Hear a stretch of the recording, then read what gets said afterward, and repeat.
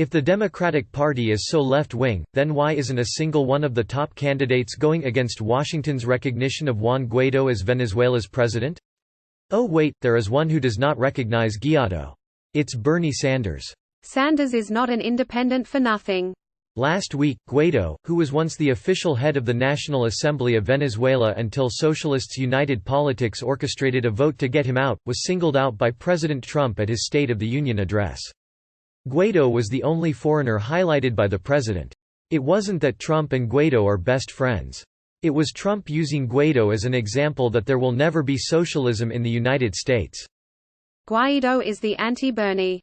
Last week, the American Society, Council of the Americas (ASCOA) listed the Venezuela position of all the Democratic Party presidential hopefuls.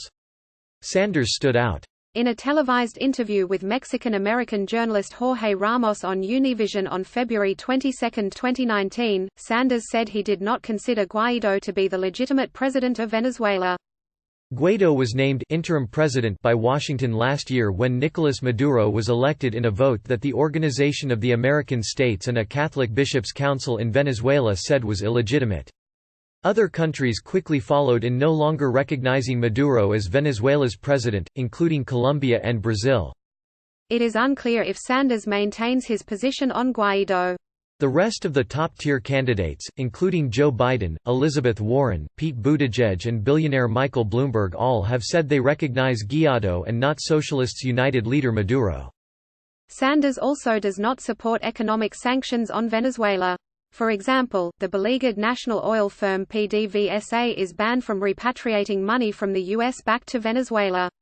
And crude oil from Venezuela is also no longer allowed in the U.S. Sanders, like most left-of-center Democrats today, is against regime change, both covert and overt military and intelligence operations designed to overthrow a government. While Trump is also against regime change, having dialed back the Obama administration's actions in Syria, for example, he has put President Reagan and Bush-era hawks in charge of Venezuela, leading many to believe it is only a matter of time before Americans try overthrowing the Socialists United.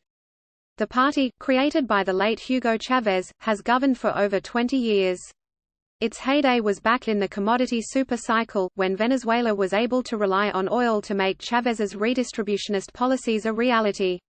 To this day, the party has many people loyal to Chavez, known as Chavistas, who remember what he did during the days when oil was priced at $100 a barrel. Those days are long gone. Venezuela's economy is in a recession. The middle class and the rich survive on dollars, an irony that is obvious lost on the anti-imperialist Maduro and his peers. Sanders has called for negotiations with the Maduro government and free and fair elections. But Maduro has proven that he is not interested in what Sanders thinks. The latest parliamentary vote for what equates to the American version of House Speaker was another electoral fiasco. Venezuelan elections are a lot like the 2016 Democratic National Committee superdelegates and the Iowa caucus tripping up Bernie Sanders, only with more protests following the results. With one eye on regime change, Sanders has followed in the footsteps of other Democrats and is a co-sponsor of a Senate resolution that would prohibit the funding of any military operations in Venezuela without congressional approval. He also co-signed the June 2019 letter asking Trump to give Venezuelans official temporary protected status. That program provides relief from deportation and access to a work permit for undocumented foreign nationals from countries facing natural disasters, armed conflicts, and political upheaval. In 2018, over 30,000 people from Venezuela applied for asylum status in the United States. An estimated 1.3 million are in Colombia. Trump has not given Venezuelans that status because the bill to do so, H.R. 549, is still in the Senate Judiciary Committee. Venezuelans in the country now are supposedly being given work permits, but only on a case-by-cases basis. Venezuela's crisis is an eyesore for Sanders because it forces him to explain how his brand of democratic socialism is not like that of Venezuela. For his part, Sanders also thinks Venezuela is a disaster and called Maduro a vicious tyrant. Sanders says that his form of socialism is just a larger safety net for the public. He compares it to that of the Nordic countries where health care, senior care, and public primary and secondary education is covered by taxpayers. Last year, then Prime Minister of Denmark, Lars Løkke Rasmussen, said he did not consider Denmark a socialist country, adding that it was a free market, and people were free to live as they pleased.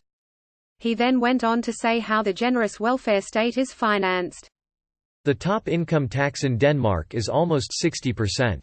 We have a 25% sales tax, and on cars, the excise duties are up to 180%. So in total, Danish taxes come to almost half of our national income compared to about 25% in the US, quite a substantial difference, he said. In a society with high taxes, we have to be very conscious about the incentive to work. We are challenged now by foreign labor willing to work for low salaries, and we need reforms in order to fix the welfare state and Danish public's support for it, he says, suggesting the system is showing signs of wear. At least in Denmark, those tax dollars have been redistributed for people to maintain a high-quality middle-class lifestyle. In Venezuela, the middle class and the rich survive on dollars. The poor survive on left-wing political slogans concocted from Maduro, and whatever handouts he can afford to keep the rabble in line. Those that want more than a few pounds of rice and subsidized shanty-town housing have escaped to other countries. For Americans that, by and large, do not view socialism as Denmark, but see it more as Cuba and Venezuela today, Guaido is a man who stands against everything Sanders stands for.